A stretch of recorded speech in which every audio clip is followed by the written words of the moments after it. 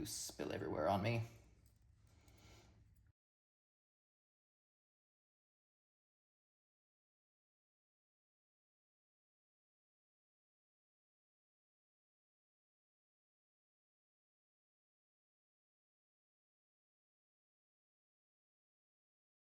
That is how bullets are born. Summer abs start in the winter. We didn't get much of a winter this year in the West. Anyway, just like the proverbial abs, hunting season also starts much earlier in the year. So, let's go ahead and cook us up some loads for this upcoming hunting season.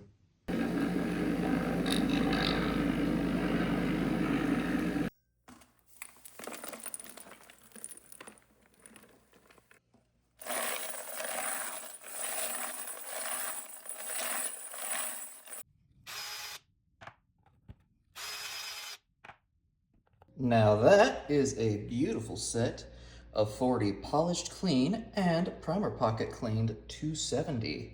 All right, so now all of them have to be resized, and first you got to put some case lube on it, otherwise you're gonna get stuck brass, and that is a pain in the absolute ass. I just get some of my little surprisingly old RCBS dye. I just get a little paper towel, just put a little bit of lube on said paper towel, just like that. Nice little glob. Just kind of roll it around a little bit in the paper towel. And take your cases, rub, rub, rub, rub, and now it's lubed all the way around and you don't have to worry about it getting stuck anywhere. All right, let's keep going.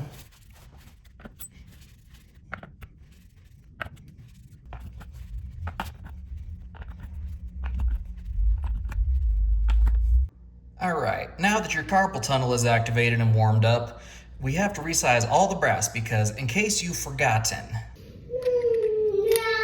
Yes, you do. All right, all set up and ready to go. Just take your shell into a number 3 die because these are 270. Push down, and then once it clicks, you're done. Oh, and the cool thing about these little RCBS is not sponsored, by the way. Maybe someday. Little 200 primer right there. Down. Resized and reprimed. Let's go ahead and get all of these done now.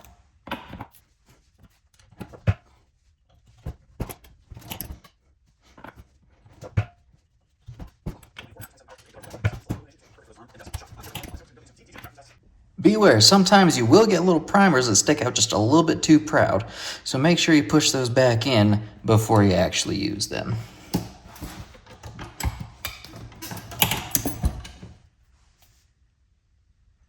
Much better. Especially keep an eye out for little cracks or little marks, because that could really mess up your shots or even your gun. But again, don't discard this brass because I'll show you what to do with it eventually.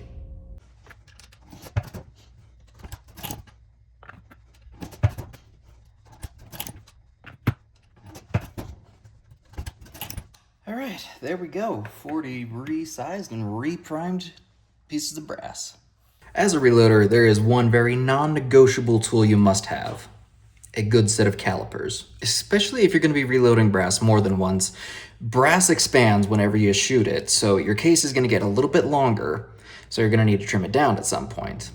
But also, there is a cartridge maximum overall length when you do reload the actual bullet, so you absolutely need to stay within that margin, otherwise you're going to have issues such as feeding. You may have other issues with overpressure in the chamber. So today we're going to mostly be reloading Sierra, and Sierra says that the trim to length is 2.53.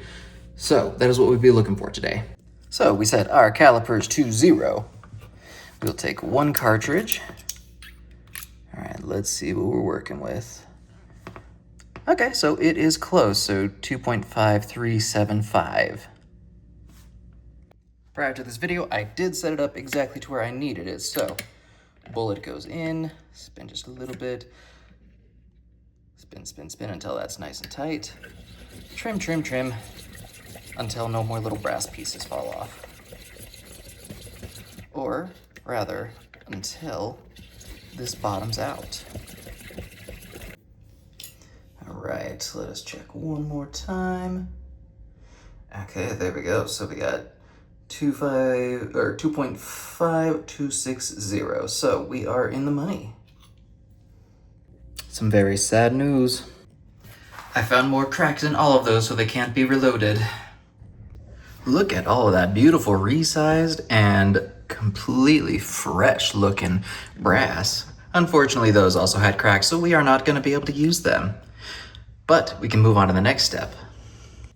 As you remember, before reloading your brass, you gotta deburr it, especially these after they've been resized, because they're gonna have some gnarly burrs. Let's see if this will actually pick it up this time. Oh, yeah. Brother, There you go, you can actually see that on this video.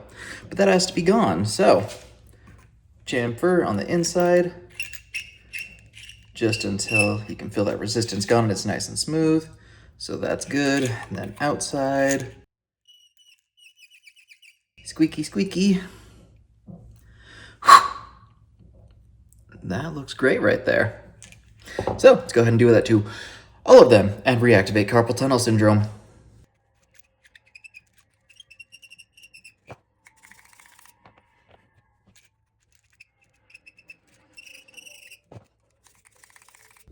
The end is in sight. We just got a powder charge and put in the new bullets. Behold this beautiful ancient redding powder dispenser. So we are going to be loading Sierra 150 grain Spitzer Boat tails for this.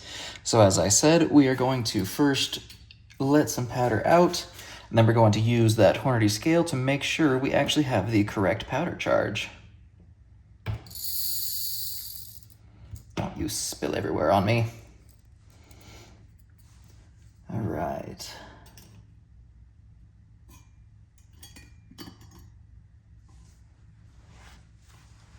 Looks like we are actually just shy of 50 on this one. So we will have to do some adjustments and then bring it back. And there you have it, right there on 50. All right, now we know we have the correct powder measurement. Take one, set it down with the little funnel. Add a little sugar. And there we are, primed, powdered, and ready for a bullet.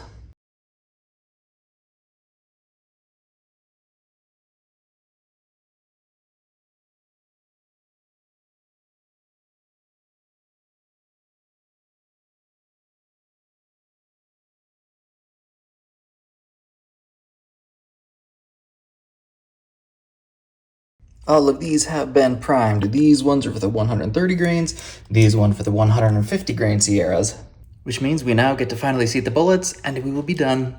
Here we go. Bullet and bullet, and then press. And there we go. One lovely 130 grain projectile. Before popping the champagne, one final measurement to make sure that the overall length matches. So overall length needs to be under 3.265. We've got 3.2555. So we are perfect.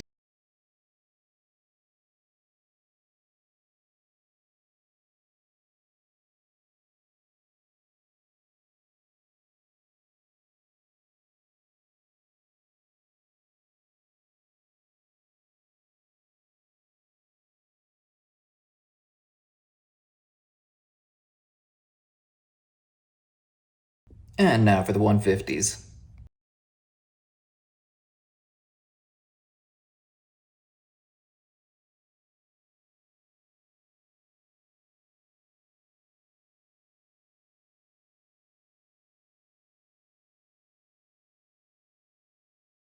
Well, there you have it, everyone. That is how bullets are born.